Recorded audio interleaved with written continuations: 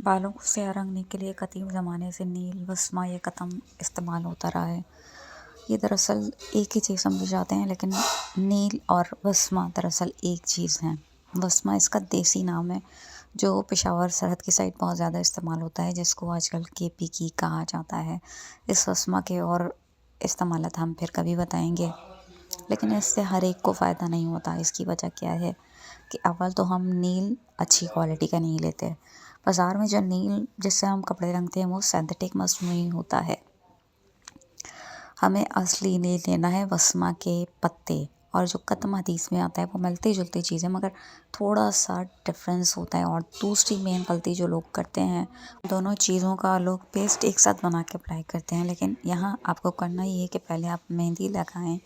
मेहंदी का रंग जब चढ़ जाता है तो उसके ऊपर आपने नील को लगाना है।